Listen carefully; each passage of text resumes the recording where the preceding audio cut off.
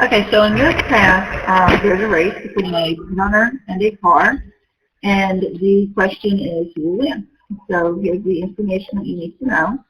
The car, we're assuming constant acceleration, is going from 0 to 60 miles per hour in about 9 seconds, which means per each second, the car would be going about 6 2/3 miles per hour faster. The Sprinter can run 18 miles per hour, and we're assuming negligible startup time and everything because the Sprinter is pretty much constant speed. And the telephones are 120 feet apart. All right, so the nice thing about the software is you can use this dynograph, and you can start the clock, and you can watch the racer, and you can watch the car as time goes on, and you can get a realistic picture of what's happening. So you saw the racer 1, so starting over. You can also discuss, the way in which these things happen. So at the very beginning, the racer's starting fast. He gets ahead. The car's, having to accelerate. As we move on, the racer's still going. Right now, you saw they were going about the same speed. And then the racer's still constant. The car's speeding up. He's gaining on the racer. Now the racer won because he was ahead. But in the end, the car would eventually pass the racer and continue to accelerate.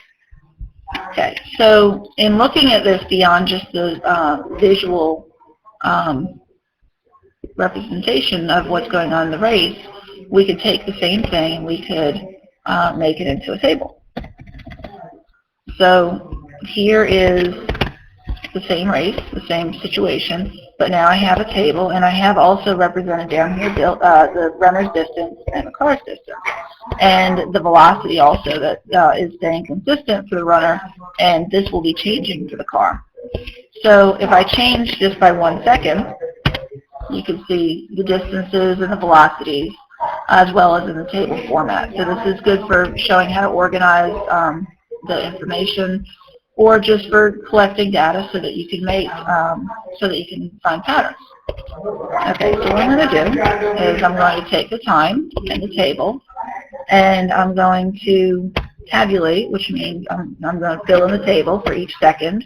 We can watch and see what happens, and we can see that here the runner would have won somewhere before 5 seconds. Okay, so this shows how we can make tables and represent the velocity or the distance or whatever we wanted, and we could pull the patterns from there, just like we did before. Or another thing that we could do is we could take that information and we could graph it. So here is the same situation. This time,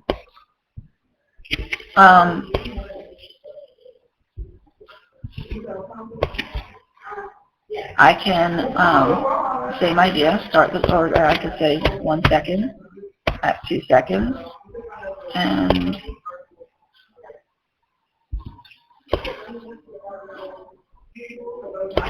there we go.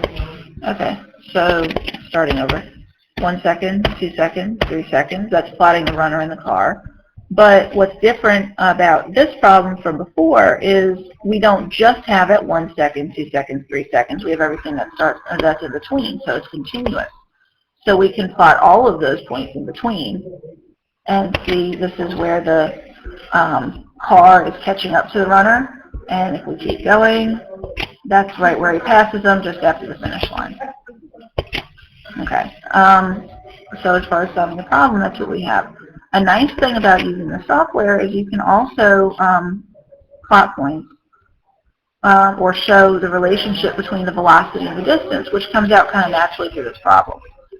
So if I just show the runner, for example, I can erase traces and start time over. And the runner, because he's at his constant speed, you can see here's his speed, his velocity, and here's his distance. And you can discuss the relationship in something like a calculus class or pre-calculus class between those two. I could do the same thing with the car. Okay, so here's the car's relationship between its velocity and speed.